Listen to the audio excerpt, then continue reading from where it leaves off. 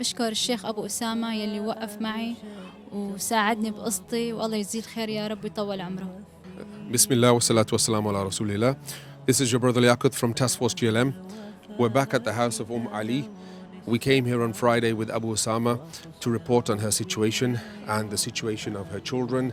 We've spoken to Ali already, and we've explained to her that with the generosity of you guys out there, we're going to pay off her debt. In fact, we've actually paid off her debt. Yeah, she owed 3 months rent.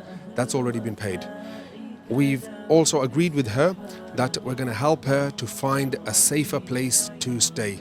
Now, when I came upstairs here, I actually almost slipped down the stairs, because what happened is that somebody upstairs is having a bath, and the water from upstairs is leaking through the roof and falling onto the tiles and falling onto the stairs.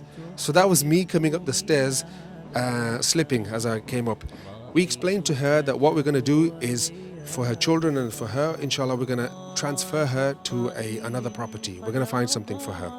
We've agreed with her that Hussein is going to work with her. She's a care worker, social worker, is going to work with her to find her a property around here wherein she'll be safe and secure. So Jazakumullah khairan again. We're looking at transferring her out of here.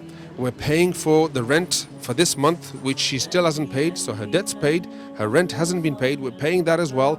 And we're working with her to get her out of this unsafe property that Abu Osama reported on the other day, showing you there's no banister, how dangerous it is, and there's overhead cables.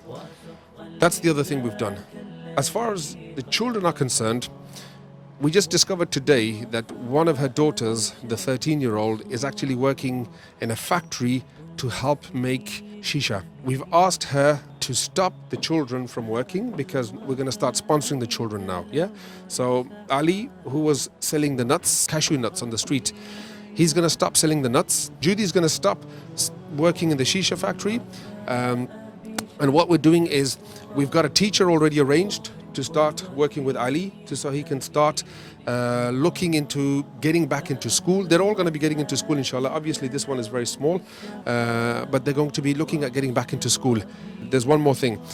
We asked Ali about what she would like to do for work as well, because the idea is to try to make them become a little bit self-sufficient as well. Yeah, so we can work with them on the sponsorship of the orphans, the children, but we would like her to start getting a little bit active as well, and to get back into society. Now at the moment, you know, she's still got some mental health issues, and she's got a small child.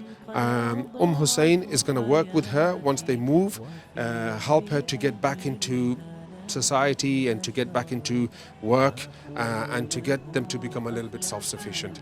So that's from me. I'm going to pass you over now to her because she's got some things that she'd like to say to you. Jazakumullah khair and assalamu alaikum from me. السلام عليكم ورحمة الله وبركاته.